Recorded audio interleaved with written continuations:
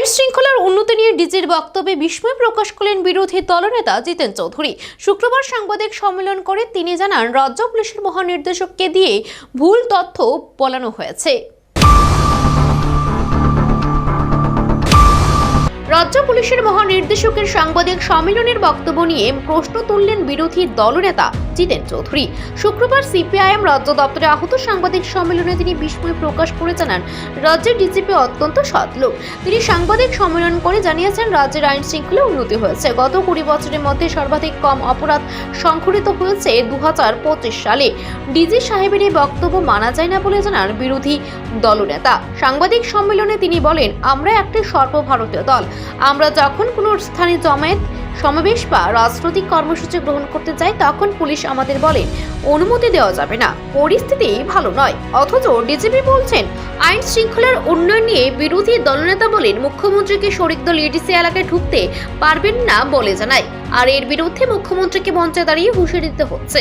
বিরোধী দলনেতার অভিযোগ, রাজ্যে আইনের শাসনের বাস্তব চিত্র ঢাকতে বিজেপিকে দিয়ে তথ্য ভুল পরিবেশন করা হয়েছে।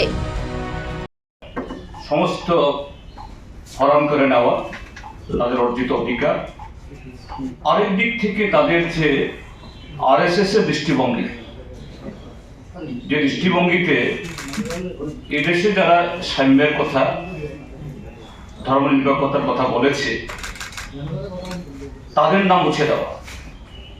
এই উদ্দেশ্যে Mahatma Gandhi national employment guarantee act, 100 দিনের কাজের গ্যারান্টি, যা সারা পৃথিবীতে চর্চিত, স্বাধীনতার 58 বছর বাদে ভারতবর্ষের গ্রামীণ পরিবারগুলো একটা যুগান্তকারী একটা আইন তৈরি হয়েছে, তাদের জন্য অধিকার পেয়েছে 100 দিনের কাজের গ্যারান্টি,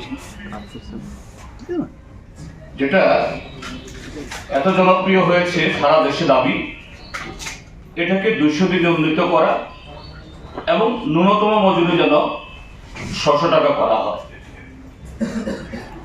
মোদী সরকার শুরু থেকেই এই আইনের বিরোধী ছিল বা আইন তৈরি হওয়ার সময় বিরোধী ছিল, কিন্তু গত 11 বছর সেখানে আইন তুলে না দিলেও নানা ধরনের গ্যারাকল তৈরি করে এই আইনটিকে প্রায় পঙ্গু করার চেষ্টা করেছিল।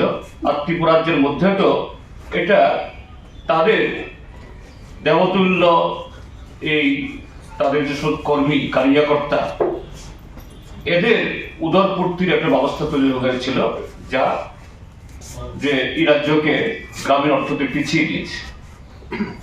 এই আইনটাকে বাতিল করে নতুন আইন করেছে, নাম দিয়েছে জি রামজি, জাতির পিতার নামকে বাদ দিয়ে।